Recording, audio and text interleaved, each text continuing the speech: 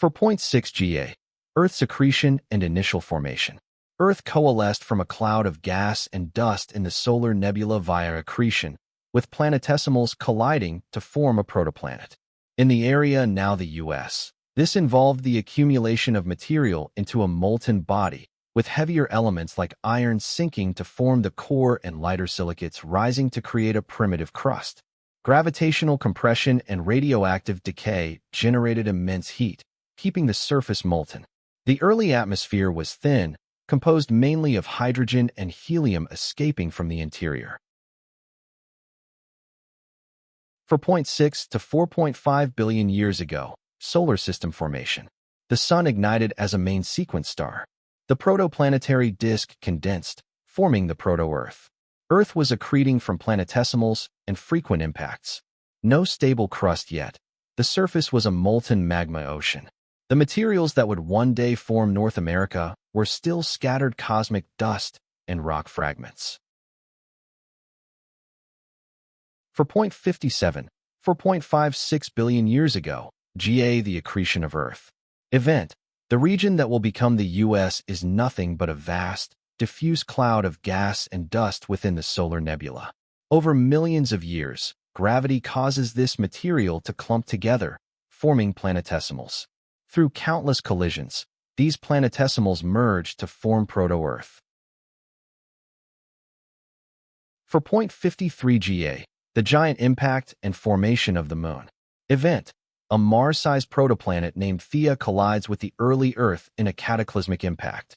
The energy of this collision is unimaginable. It vaporizes a significant portion of the young Earth and melts the rest, creating a global magma ocean hundreds of kilometers deep. 4.53, 4.5 Ga.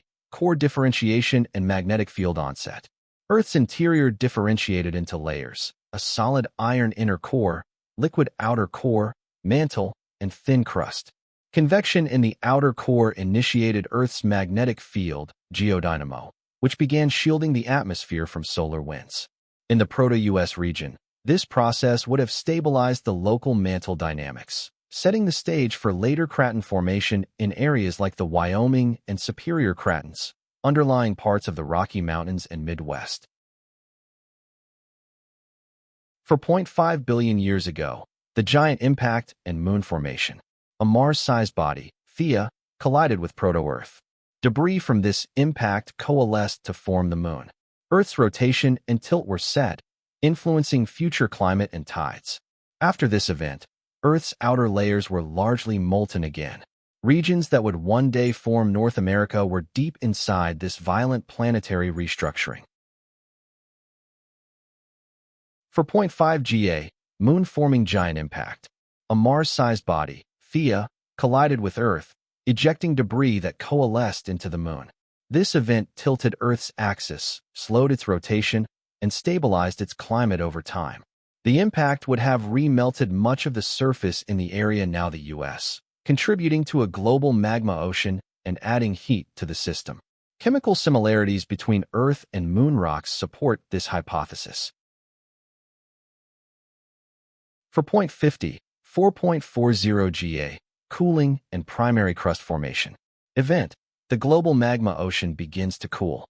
Heavy elements like iron and nickel sink to form the core, while lighter minerals, silicates, rise and begin to solidify. The first solid surface, a thin, unstable primordial crust, forms. This crust is not like modern continental crust. It is likely basaltic or even more mafic, like the crust on the Moon's highlands or Mars, and is termed as stagnant lid. It is repeatedly shattered by immense impacts. 4.4 Ga. Cooling of magma ocean and early crust formation. As Earth cooled, the magma ocean solidified, forming a thin, mafic, basaltic, crust prone to impacts and recycling. Zircon grains from this era indicate surface temperatures below 100 degrees Celsius, allowing liquid water to exist. In the region now the U.S., evidence from detrital zircons in Montana's Quad Creek quartzites, tapping crust 3.96 Ga, but with isotopic signatures of older Hadean mafic crust. In Wyoming Craton, Zircons up to 4.0 Ga with HF isotopes, suggesting recycling of Hadean material, points to early protocrust here. This crust was likely formed over mantle plumes with vertical tectonics, rather than modern plate movements. For 0.4 to 4.3 billion years ago, first crust and zircon evidence. Cooling allowed patches of solid crust to appear. Water vapor condensed into early oceans. Evidence: tiny zircon crystals, up to 4.4 Ga, found in Western Australia. In North America, no crust of this age survives, but the protocrust may have existed. Some Hadean zircons, 4.1, 4.2 Ga, have been discovered in the Jack Hills, Australia, and Canada's Acasta Gneiss Belt, which influenced North America's later growth. In U.S. territory, no surviving Hadean rocks, but zircons older than 4.0 Ga have been reported in some sediments, e.g., in Wyoming. For 0.4, 4.2 Ga, atmosphere and ocean development. Volcanic outgassing released water vapor, carbon dioxide, nitrogen, ammonia, and methane, forming a secondary atmosphere. Comet and meteorite impacts delivered additional water. Condensation led to the first oceans, possibly shallow, 1 km deep, due to incomplete degassing. In the Proto-US area, these oceans would have covered the unstable crust, with frequent evaporation from heat. No continents existed yet, but early felsic melts in the Wyoming Craton region hint at protocontinental nuclei. For 0.40, 4.10 Ga, the Late Heavy Bombardment, LHB, event. This period represents the tail end of planetary accretion. While the rate of impacts was far higher immediately after formation, evidence from the Moon suggests a possible spike in impacts around 4.1 to 3.8 Ga, known as the Late Heavy Bombardment. Earth is subjected to a rain of asteroids and comets, some hundreds of kilometers in diameter. For 0.37 Ga, evidence of the first solid ground and water. Event: analysis of the oldest known Hadean zircons, 4.4 Ga, from Jack Hills, Australia, provides our only direct physical evidence from this eon. Their geochemistry indicates they formed in contact with liquid water, suggesting the presence of oceans or at least large bodies of water. 4.3 to 4.1 billion years ago, cooling and ocean stability. Earth's surface stabilized enough for liquid oceans. Atmosphere: rich in CO2, methane, water vapor, and nitrogen, no oxygen. Plate tectonics may have been intermittent or absent. Instead, stagnant lid tectonics dominated. The building blocks of the North American continent, protocrust fragments, may have formed, but were recycled by impacts and subduction. For 0.1, 4.0 billion years ago, Late Heavy Bombardment, LHB. A spike in asteroid and comet impacts, for 0.1 to 3.8 Ga. Any stable crust in the Proto-North American region would have been repeatedly melted, fractured, or buried. Oceans may have temporarily boiled away after large impacts, then recondensed. Possibility of prebiotic chemistry beginning in oceans and hydrothermal vents.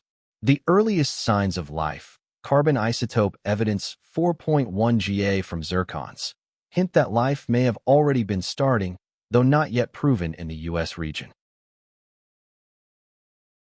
For 0.1, 4.0 Ga, Late Heavy Bombardment and surface instability. Intense asteroid and comet impacts, late heavy bombardment, resurfaced the planet, releasing heat and preventing stable crust formation. Volcanism was rampant, with mantle convection driving molten rock to the surface. In the area now the U.S., this bombardment would have cratered the early mafic crust, similar to lunar Maria.